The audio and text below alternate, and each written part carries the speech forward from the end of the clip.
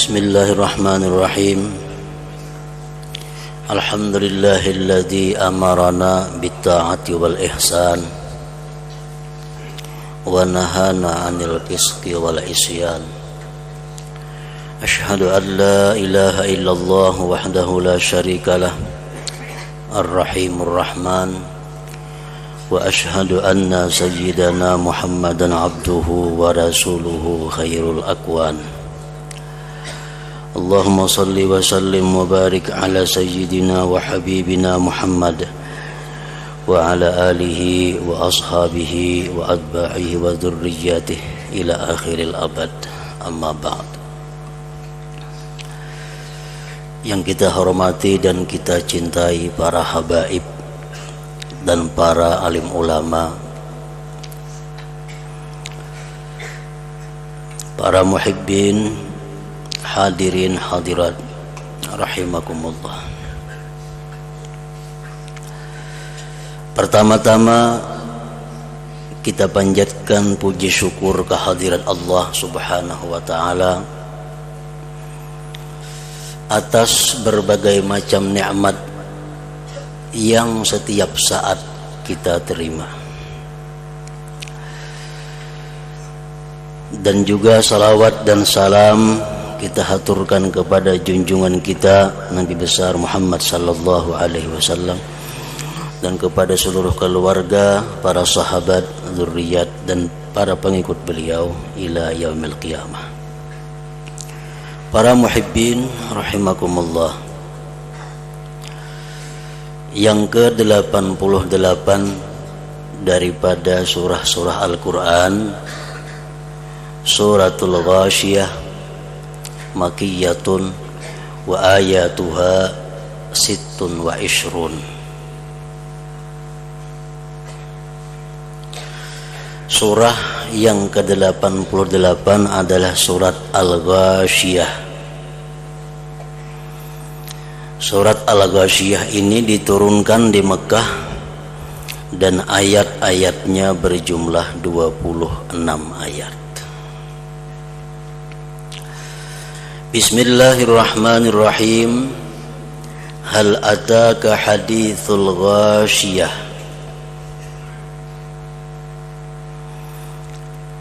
Adakah datang kepadamu berita atau kabar tentang hari kiamat? Sudah sampaikah kepadamu berita-berita tentang hari kiamat?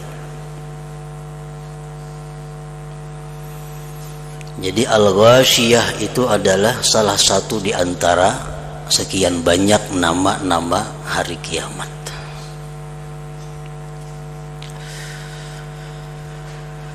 Wujuhu yawma idzin khashi'ah 'amilatun nasibah. Wajah-wajah mereka orang-orang yang kafir, maksudnya pada hari kiamat itu tertunduk hina.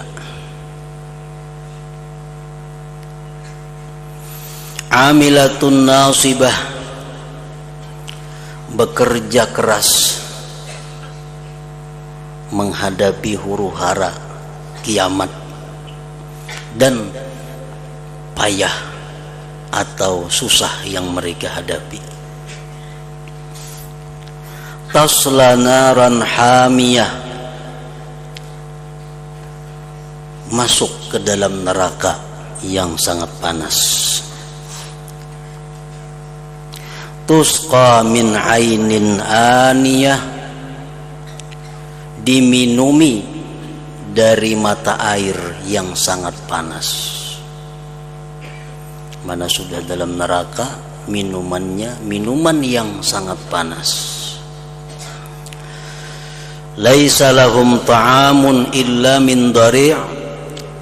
Tidak ada bagi mereka orang-orang kafir itu makanan selain daripada pohon yang berduri yang letaknya di dalam api neraka itu.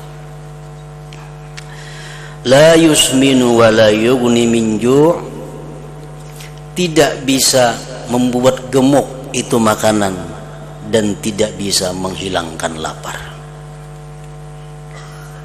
Nah, itulah yang dimaksud tentang kabar hari kiamat tadi. Di antaranya Allah Subhanahu wa taala menjelaskan bagaimana orang-orang yang kafir yang ingkar kepada Allah Subhanahu wa taala. Para muhibbin rahimakumullah, siapakah orang-orang kafir yang dimaksud itu? Siapakah orang-orang kafir yang wajah mereka itu tertunduk hina di hari kiamat nanti beserta siksa-siksa lain yang mereka terima? Apa dan bagaimana yang dimaksud dengan orang kafir itu, dan siapa mereka itu?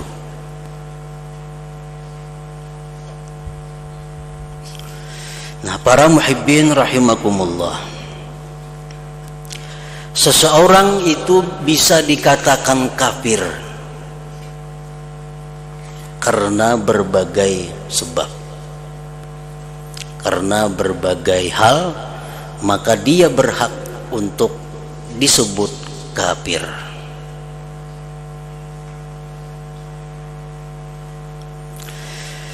Antara lain, orang itu disebut kafir apabila dia i'tikadul ilah ghairallah ta'ala, apabila dia mengiktikadkan, mempercayai, meyakini Tuhan selain Allah ta'ala.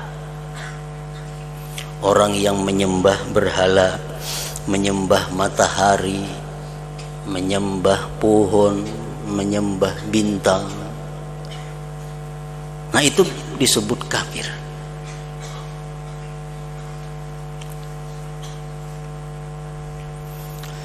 Mengiktikadkan Tuhan selain daripada Allah Subhanahu wa ta'ala, itu termasuk sesuatu yang membuat dia kafir. Wa minha, dan setengahnya lagi yang membuat seseorang itu kafir, al-isyraku billah, menyekutukan dengan Allah. Dia mengakui bahwa Allah itu Tuhan, percaya bahwa Tuhannya adalah Allah, tapi dia percaya ada juga Tuhan-Tuhan lain selain Allah. Nah, ini menyekutukan Allah. Orang seperti ini bisa juga disebut kafir. Menyembah Allah iya, menyembah berhala iya. Nah, termasuk di sini adalah orang-orang yang mengiktikadkan, meyakini di dalam hatinya bahwa ada selain Allah yang memberi bekas.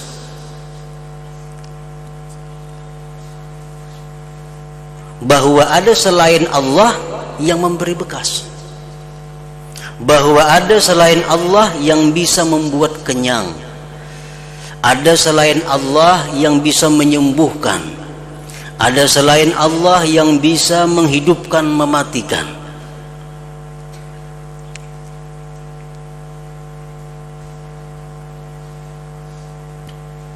Nah, i'tikad seperti itu menyebabkan kita kafir, karena sudah menyekutukan dengan Allah Subhanahu wa ta'ala.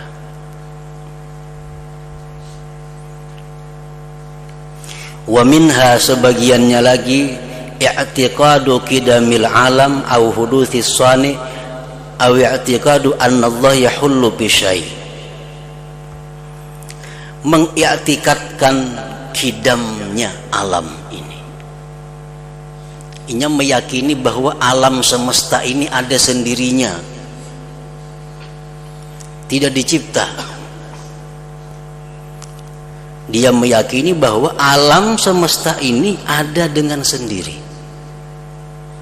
tidak berawal, atau dia mengetikadkan baharunya Tuhan, atau mengetikadkan bahwa Allah Ta'ala bertempat pada sesuatu. Nah, ini menyebabkan dia kafir. Allah bertempat di langit, Allah bertempat di bumi, Allah bertempat di aras, Allah bertempat di kursi. Dia meyakini bahwa Allah itu bertempat pada sesuatu. Nah, i'tikad seperti ini membuat dia kafir karena menyamakan Allah dengan yang baharu. Sedangkan Allah laisa kamitslihi syai'un.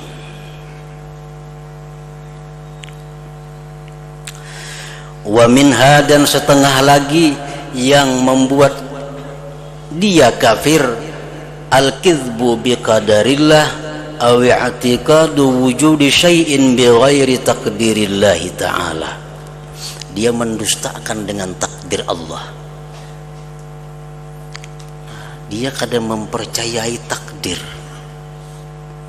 Kalau ada sesuatu musibah, kalau ada sesuatu kejadian yang kadang menyenangkan, dia menganggap bahwa itu adalah merupakan kelalaian seseorang, bukan takdir. Kada percaya dengan takdir Allah. Misalnya nang anak diunjuki kendaraan, kenapa nang anak diunjuki kendaraan, dipakainya kendaraan rabah kendaraannya, atau menabrak nang apakah kendaraannya. Kalau sudah bulik ke rumah bemamai nang abah, ikampang kada hati-hati, masa pindah motor tuh laju.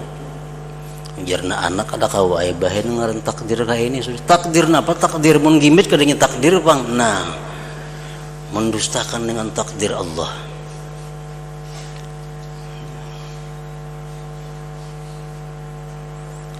Itu membuat dia kafir kepada Allah.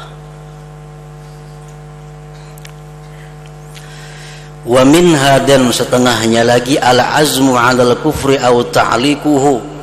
Dia merencanakan kafir. Aku tahun 2010 kan aku kafir. Nah, saat itu dia sudah kafir. Saat dia mengucapkan itu sudah kafir. Ada sudah menghadang 2010 lagi. Atau mentaklikkan, menggantungkan. Bila ini aku kafir. Saat itu dia sudah kafir. Wa minha, dan sebagiannya lagi, ar-ridha bil kufri walau dimna. Dia ridha dengan kekafiran walaupun secara kada langsung. Misalnya kalau datang langsung inya bersuara, aku ketujuh aja lawan Nasrani, aku suka aja dengan orang Yahudi, aku suka aja dengan penyembah berhala, walaupun inya kada berucap macam itu. Ridha dengan kekafiran ini dicontohkan di dalam kitab itu. Seseorang non muslim datang kepada kita, ujar inya, aku hendak masuk Islam nah, pelajari pang 2 kalimat syahadat. Ujar kita, hadangi lulah ko aur lagi nah itu sudah termasuk kafir. Jadi kalau ada orang hendak masuk Islam itu, segala pekerjaan kita mesti ditinggalkan. Ini yang pertama. Datang makan kah? Datang masuk Islam nah, untuk makan dulu lah. Nah, kada hawa itu.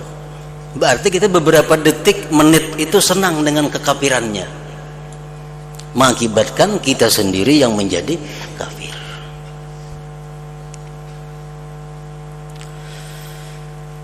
Wa minha, dan sebagiannya lagi, qauluhu li muslim ya kafir. Perkataannya bagi orang muslim kafir. Orang Islam dibadahkan Katolik, orang Islam dibadahkan Kristen, orang Islam dibadahkan Yahudi, orang Islam dibadahkan Majusi. Padahal ini Islam. Kita padahkan inya itu kafir, nah kita nang jadi kafir.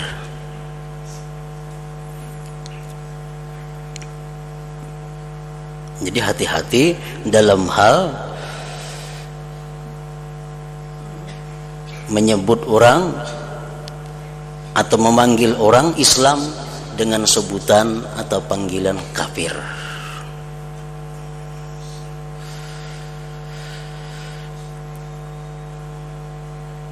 Wa minha, dan sebagiannya lagi, nisbatul zulmi ilallah ta'ala, dia menisbahkan kezaliman kepada Allah Ta'ala, mengatakan Allah itu zalim.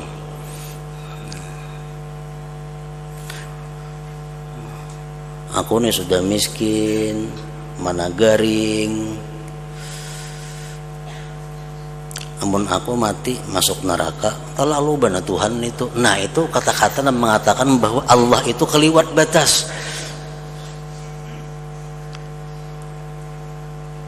Seolah-olah Tuhan itu zalim. Nah perkataan seperti itu mengakibatkan dia menjadi kafir. Nisbatul zulmi ilallahi ta'ala. Wa minha, dan sebagiannya lagi, ta'ammudu ilqa'il mushaf au awraqil ulumi syar'iyyah awil waraqi bihi mu'azzamun bil kadzurat. Sengaja melemparkan Al-Quran atau lembaran-lembarannya atau ayat-ayatnya, atau melemparkan kertas-kertas yang bertuliskan ilmu syara, ilmu hadis, fikih umpamanya, atau kertas yang di situ ada yang diagungkan seperti nama-nama nabi, nama malaikat, diluntarkannya di tempat yang kotor sengaja. Nah itu menjadikan dia kafir. Ini ada Bismillahirrahmanirrahim, melihat bacaannya, acak-acak lang pada sampah dengan sengaja. Ini merusak Islam seseorang, karena itu menghinakan, karena itu meremehkan, memperinting dengan sesuatu yang diagungkan Allah Subhanahu wa ta'ala. Jadi hati-hati kita lihat bujur undangan-undangan, kertas-kertas, yang kalau ada di dalamnya itu nama-nama yang diagungkan atau ada ayat-ayat Al-Quran. Wa minha, dan sebagiannya lagi, inkaru ma yu'lamu minad din bid-darurati masyru'iyyatuh, mengingkari sesuatu yang diketahui dari agama dengan mudah disyariatkannya. Mengingkari hukum agama, mengingkari syariat agama yang mudah diketahui, seperti kasalatil aidain, sembahyang hari raya. Sembahyang hari raya itu adalah disyariatkan. Ini kada percaya nih tuh, jarinya sembahyang itu kadada. Nah itu sudah mengingkari sesuatu yang jelas-jelas diketahui dengan mudah bahwa itu termasuk hukum syara.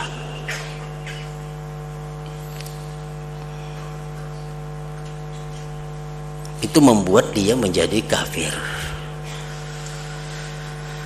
Wa minha, dan sebagiannya lagi, istihlalul muharram bil ijma' atau tahrimul halal bil ijma'. Dia menghalalkan sesuatu yang diharamkan, yang sudah disepakati oleh para ulama. Sesuatu itu jelas sudah hukumnya haram, dipadakannya halal. Riba contohnya, bolehlah riba nih tuh, oh boleh hamun sedikit. Nah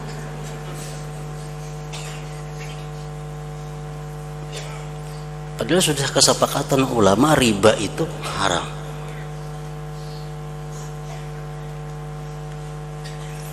itu menjadikan dia kafir.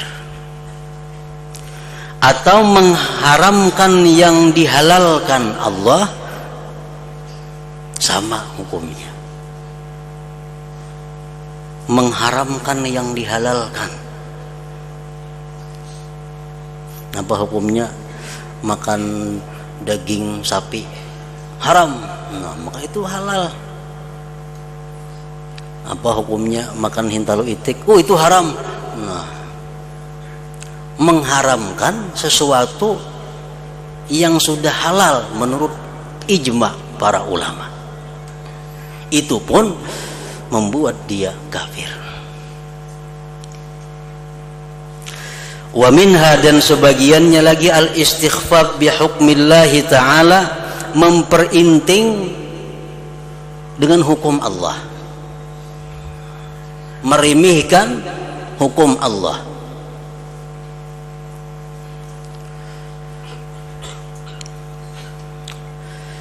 Nah, apabila kita membuat satu hukum, kita maulah satu peraturan yang kada sesuai dengan peraturan Allah. Misalnya hukum Allah A, kita maulah seorang hukum B, kita pakai hukum kita. Tapi kita pakai hukum kita ini bukan meremehkan hukum Allah, karena kita asa katujuh aja lawan peraturan kita ini, nah. Tapi tanpa meremehkan hukum Allah, tanpa menghinakan hukum Allah, nah itu kada sampai kepada kafir.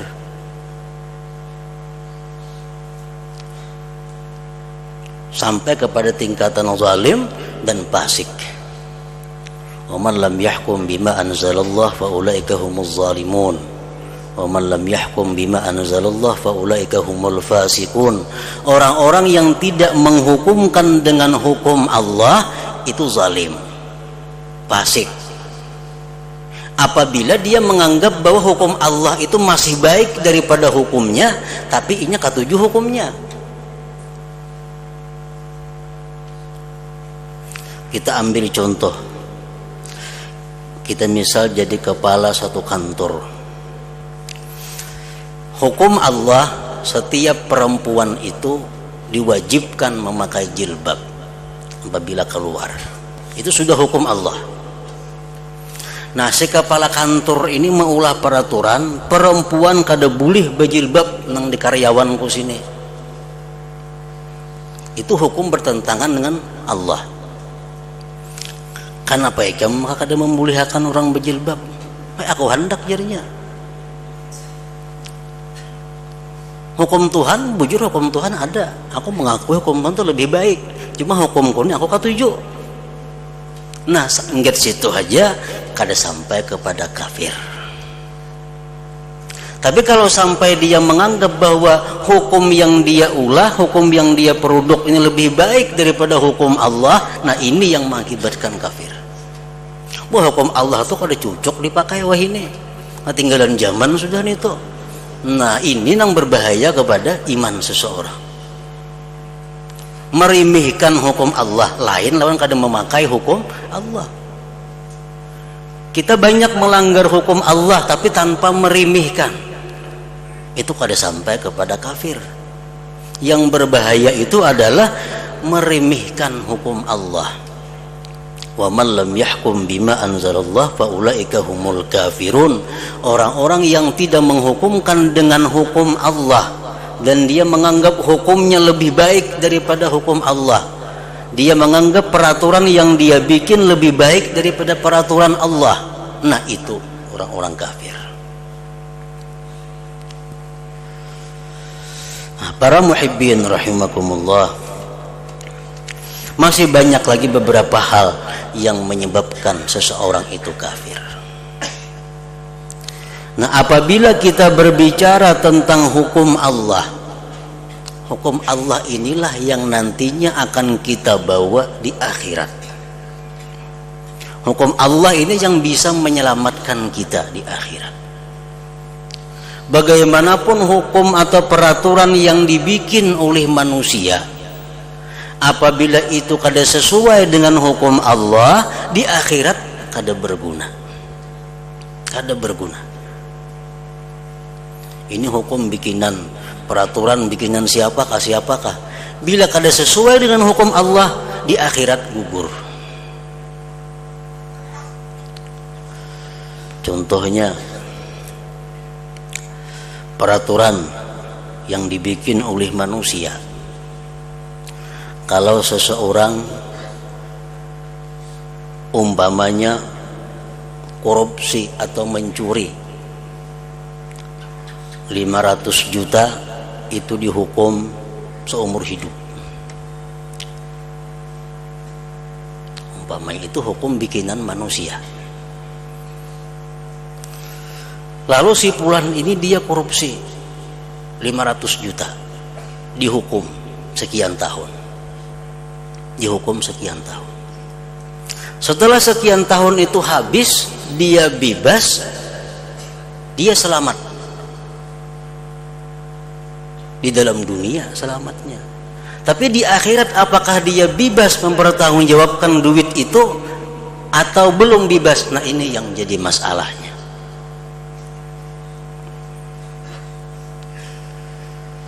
Seseorang membunuh seseorang dengan sengaja, hukum Allah sudah jelas. Hukum bikinan manusia, orang yang membunuh itu cukup dipenjara 5 tahun umpamanya. Nah, 5 tahun dia menjalani hukuman bikinan manusia ini, dia keluar dari penjara, dia sudah habis masalahnya. Tapi di akhirat dia apakah masih dituntut? Nah, kalau hukuman 5 tahun ini kada sesuai dengan hukum Allah, dia akan masih dituntut di akhirat. Nah, itu perbedaan antara hukum manusia dengan hukum yang dibuat oleh Allah Subhanahu wa taala. Bila kada sesuai hukuman manusia dengan hukum Allah, di akhirat dia akan masih mempertanggungjawabkan perbuatannya. Para muhibbin rahimakumullah, kita ambil contoh lagi. Sesuatu yang menurut manusia halal, itu belum tentu di sisi Allah halal. Contohnya, di suatu negeri, di suatu negara pemerintahan, di situ umpamanya masih banyak di negara itu yang miskin, masih banyak rakyatnya yang menderita. Lalu kepala daerah di negara itu diputuskan oleh sebuah lembaga DPR umpamanya, kepala daerah itu mendapat gaji per bulan umpamanya 50 juta. Seorang kepala daerah dapat gaji 50 juta. Ini nama ulah DPR peraturannya. Nah, ini secara dunia duitnya halal, ada korupsi, karena dia mengambil gaji 50 juta diputuskan oleh lembaga negara ngarannya DPR, jadi halal. Cuma apakah duit 50 juta itu di sisi Allah halal atau kada, kita belum tahu. Kenapa sebabnya? Karena masih banyak rakyat di negara itu yang miskin, nang kada kau obat, nang kada kau sekolah, nang kada beli listrik, nang kada segala macam. Apa pantas seorang kepala daerah gajinya 50 juta per bulan? Nah, itu yang jadi masalah hukum bikinan manusia dengan hukum Allah Subhanahu wa taala. Jadi seseorang yang maulah peraturan macam DPR umpamanya, itu bukan hanya belajar studi banding kepada tetangga-tetangga, hendaknya belajar melihat juga dengan hukum Allah Subhanahu wa taala, bagaimana, apa boleh atau kada, apa halal atau kada. Nah, ini contoh-contoh orang yang kadang menggunakan hukum Allah. Sedangkan hukum Allah itu nanti yang akan menyelamatkan manusia di akhirat, bukan hukum-hukum atau peraturan-peraturan yang dibuat oleh manusia. Macam anggota DPR Ini berulah seorang gajian misalnya 10 juta sebulan, ada yang 20 juta sebulan, dikatuk palu rapat tiap bulan gajian, kan tidak masalah dalam dunia karena resmi. Tapi di akhirat, di mata Allah, dalam pandangan Allah, apa pantas seorang anggota DPR nang gawiannya macam itu gaji 20 juta, sedangkan rakyat nang diwakilnya banyak nang kada kau sekolah, kada kau makan, kada kau beli rumah masih lantai tanah. Nah, bila itu di mata Allah kada sesuai, maka duit itu bukan halal di sisi Allah, jadi haram. Kalau ukuran Allah, duit itu kada halal. Nah, jadi cermin yang lebih penting dalam mengulah satu peraturan, baik peraturan rumah tangga, peraturan desa, peraturan kabupaten, peraturan negara, yang lebih penting itu bercermin dengan hukum yang sudah dibikin oleh Allah, apakah bertentangan atau kada. Selama bertentangan dengan hukum Allah, maka di akhirat masih akan dipertanggungjawabkan di hadapan Allah Subhanahu wa ta'ala. Nah, selanjutnya yang ke-89 yaitu surah Al-Fajr. Ila hadratin Nabi sallallahu alaihi wasallam. Al-Fatihah.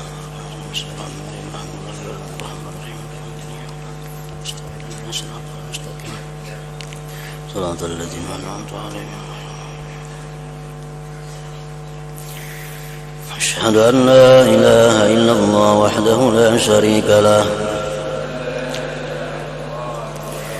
وأشهد أن سيدنا محمدا عبده ورسوله. لا إله إلا الله. نستغفر الله. لا إله إلا الله. نستغفر الله. لا إله إلا الله. نستغفر الله. لا إله إلا الله. ونتوب إلى الله. لا إله إلا الله. محمد رسول الله صلى الله عليه وسلم. فيا أيها الرجل منه شفاعة صلوا عليه وسلموا تسليما.